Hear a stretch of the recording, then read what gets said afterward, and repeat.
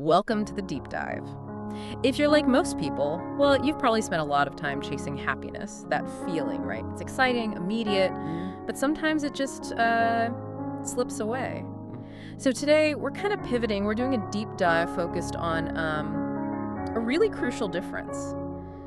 The contrast between that fleeting happiness and something much more durable, enduring joy. Yeah, and we're digging into some fascinating translated sources, and there are analyses of ancient proverbs, biblical stories, but they're all seen through the lens of some really powerful recent events in Taiwan. Okay. The analysis uses this really unique contrast. It pits this profound tragedy against almost overwhelming consumerism. Right. To really highlight the difference between what they call temporary pleasure, which, totally relies on things going your way, and something deeper, like lasting purpose. Got it. So that's our mission today. We want to unpack what joy really means, practically.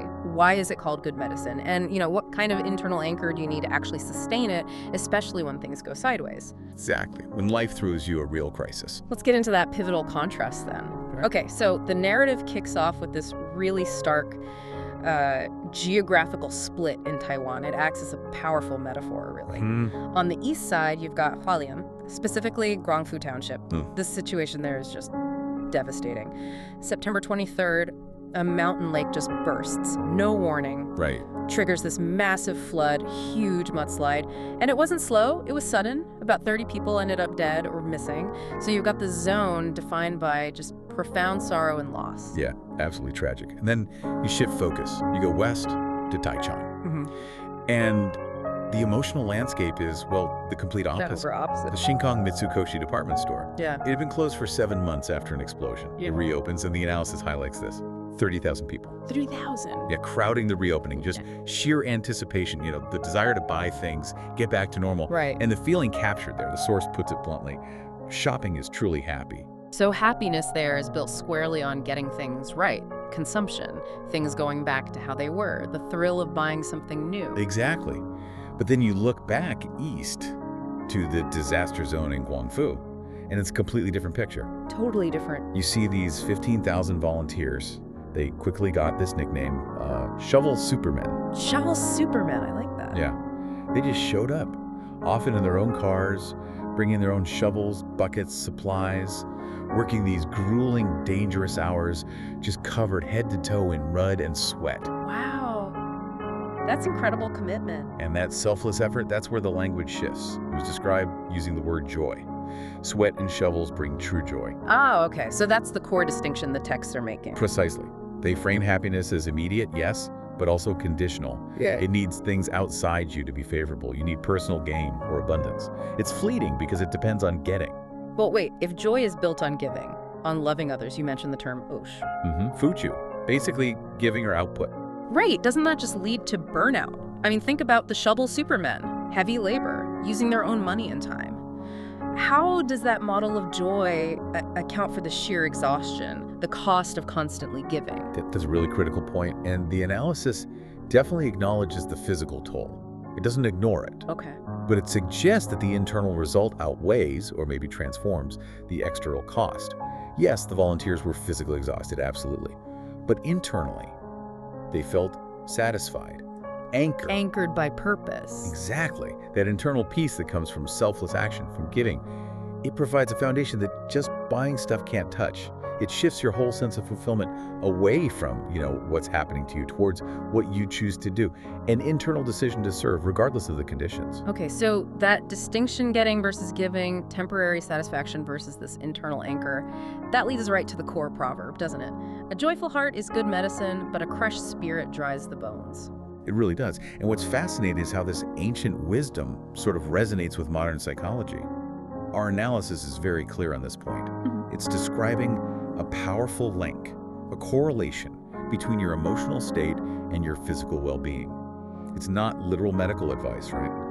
You don't pick your doctor based on this proverb alone. Right. It's not about choosing between, say, a mood stabilizer and calcium supplement. Exactly. It's illustrating how that deep, prolonged emotional pain, that crushed spirit, it genuinely hollows you out. It affects you physically. We're talking about that kind of deep sorrow that comes from sustained stress, maybe, like a business failing, family problems, money worries, or a sudden tragedy like the mudslide. All of those. Yeah.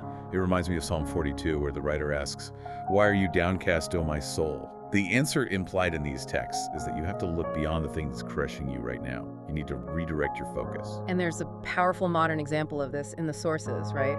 The story of Elder Zong Jr. Yes, a really striking case. He was the former general manager of Shin Kong Life Insurance. I mean, by any external measure, he'd reached the absolute pinnacle, the peak of life, as the source puts it. Okay, huge success. Immense success. But that success, it turned out, was no shield at all against internal collapse. So what happened? He's at the peak, and then? Well, at 58, he takes on this new, incredibly high-pressure executive role at another company, Taser Bao. The stress was enormous, but it was compounded by just a total lack of cooperation from the people working under him. Ah, that sounds isolating. It became overwhelming. He actually suffered a minor stroke, and that seemed to be the trigger that sent him spiraling into severe clinical depression. Wow. For 7 years. 7 years, this incredibly successful man was trapped, constantly thinking about suicide, just plagued by intense feelings of shame, guilt, anger. That perfectly illustrates the proverb, doesn't it? His spirit was crushed, and you can imagine how it dried the bones. His external success meant nothing at that point. Exactly. The external achievements couldn't sustain him because the internal pressure just shattered his spirit. His recovery, interestingly, didn't begin until he found a completely different anchor. Faith. Faith, yes. Realizing his life wasn't defined solely by his career or his current emotional state, but by something larger. He finally grasped that a joyful heart one anchored in purpose, not just performance, was the only way out of that dark valley. And he writes about this now. He does. Writes daily about joy and happiness, insisting that even someone who achieves everything the world values can be completely undone if their inner life is tethered only to external results. So, Elder Zhang's sorrow was kind of internally generated by pressure and circumstance. The analysis then pivots slightly. It looks at the pain that comes when others choose folly, particularly the anguish parents feel over foolish children versus the joy wisdom brings. Okay, so folly causing sorrow, and that connects to modern folly. Yes, and the sources identify a striking example of contemporary folly, the relentless pursuit of quick, greedy profit. Specifically, they point to Taiwan's huge fraud industry. Huge. How? It apparently generates over 140 billion new Taiwan dollars annually. Whoa, 140 billion, that's astronomical. It really is. And get this, it's generated without any real capital investment. It's purely based on deception, preying on people's greed, or sometimes just their confusion or vulnerability. How does it work? What kind of scams are we talking about? Well, one specific example highlighted is these sophisticated long-distance phone scams. You might get a very quick, maybe garbled voicemail message. It seems urgent. Okay. So you call back, right, thinking you missed something important. But the number connects you to a super high-cost premium phone line. Uh-oh. And the charges can be absolutely crippling. The text mentioned up to 20,000 TWD per minute. Per minute? That's insane. That's hundreds of US dollars. Exactly. For just a brief, deceptive call. This kind of thing just feeds on that desire for a quick solution or a quick gain, but it leads to financial ruin and, importantly, deep shame for the victims. It's a clear path to that crushed spirit we talked about. It really sounds like a modern version of a cautionary tale. Desire leading straight to destruction. Which I guess brings us to the classic biblical story the texts use for folly, Samson. Right, Samson, the judge, the Nazirite. And for anyone listening who might not know, a Nazirite vow was a special dedication to God. In Samson's case, it was symbolized by his uncut hair. That hair wasn't magic, but it represented his covenant, his calling, his incredible strength. But his downfall wasn't external forces, was it? It was internal. Entirely internal. His great folly was being utterly controlled by his desires, specifically lust. Despite his amazing strength and purpose, he kept making terrible choices. The big one, getting involved with Delilah, right in the heart of Philistine territory, enemy ground. And that pursuit of temporary pleasure, that desire, had a massive price tag, didn't it? Huge. The Philistine leaders bribed Delilah. It wasn't just a small amount. It was 1,100 pieces of silver from each leader. Wow. Think about that incentive. It's kind of like the modern fraud system. A huge, calculated financial reward driving the exploitation of weakness, of desire. And Samson eventually gave in, revealed his secret. He did. Told her his strength was tied to his uncut hair, his Nazirite vow. While he slept, She had it shaved off. And the text says something chilling right then. What's that? Because God's Spirit left him. The moment that external symbol of his commitment was gone, the internal power vanished. It's a stark illustration of prioritizing fleeting desire over your core purpose, your covenant. And the consequences were devastating. Captured, blinded. Humiliated, forced to do manual labor, grinding grain in prison. Just an absolute fall from grace. It's one of the most potent stories about wasted potential. All that strength, that divine calling, squandered because he couldn't control himself, couldn't manage his desires. So the insight here is pretty clear. When desire runs rampant, when it controls your choices, it ultimately leads to sorrow, destruction, and the complete loss of joy and purpose. Yeah, and all these stories, the shovel supermen finding joy in giving, Elder Zhang finding it after immense sorrow, Samson losing it through folly, they all circle back to this inherent tension between sorrow and joy. Right. It's not like joy means never feeling sad. Exactly not. The analysis actually concludes that sorrow isn't the enemy of joy. In fact, real lasting joy seems to require a specific kind of sorrow. Which is? The radical honesty. Honesty about your own faults, your weaknesses, your folly. Okay, so it's like unnecessary sorrow, a constructive kind. You put it that way. Think back to the shovel supermen in Guangfu. Okay, covered in mud. Right. After a brutal day of digging, what do they have to do? They have to wash off the mud, the dirt, the debris, both physically off their bodies and clothes, but you can see the metaphor, right? Yeah, the internal dirt. Exactly. That physical washing is essential for them to rest, recover, and go back the next day. Similarly, the sources suggest we have to confront our internal mud, the folly, the shame, the destructive desires we all wrestle with. There's a reference to Psalm 51 in the sources. Yes, highlighting the idea that God doesn't despise a sorrowful and contrite spirit. That kind of sorrow isn't the paralyzing depression Elder Zhang experienced. It's humility. It's the essential ingredient for repentance, for growth, and ultimately for reconnecting to something solid, an anchor. Because life is going to bring trouble. The deep dive mentioned that famous line, "In this world you will have trouble." It's a guarantee. But the point is that trouble doesn't have to define you. You can find joy even amidst the trouble by anchoring your soul, as you said, in hope. Right. And this is where that idea of an eternal perspective really comes into focus. The text reference Hebrews chapter 6, I believe. What does it say?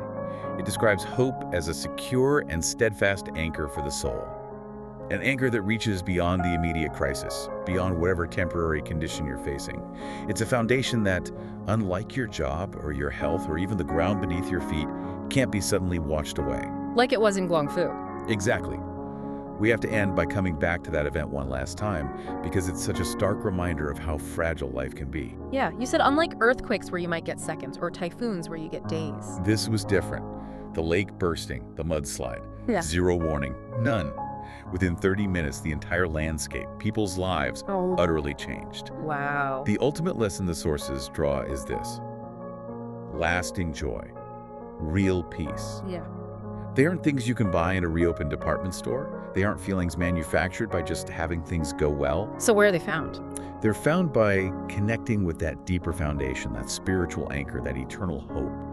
Something that inherently lasts longer than our temporary circumstances, no matter how suddenly or drastically they might change. Okay, so wrapping this up, what does this mean for you listening right now?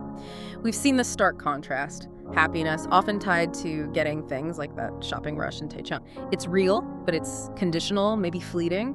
But then there's joy, something internal, something derived from selfless giving, from love, like the shovel superman. It provides an anchor, even when you're facing deep sorrow, physically or emotionally, like Elder Zhang finding his way back. Right. And that leads us to maybe a final provocative thought for you to take away. It builds on those volunteers, the shovel supermen, and also on that idea of necessary sorrow, the contrite spirit. Okay, what is it? Well, if the path to lasting internal joy really is found in selfless giving, and also in radical honesty about our own weaknesses, our own internal mud, how often do we confuse wearing the mud with washing the mud? Explain that difference. Well, wearing the mud could be like showing off our sacrifice, making sure everyone sees how virtuous we are, how much we're doing, how covered in metaphorical mud we are from our hard work or suffering. Right, kind of performing virtue. Exactly. But washing the mud, that's different.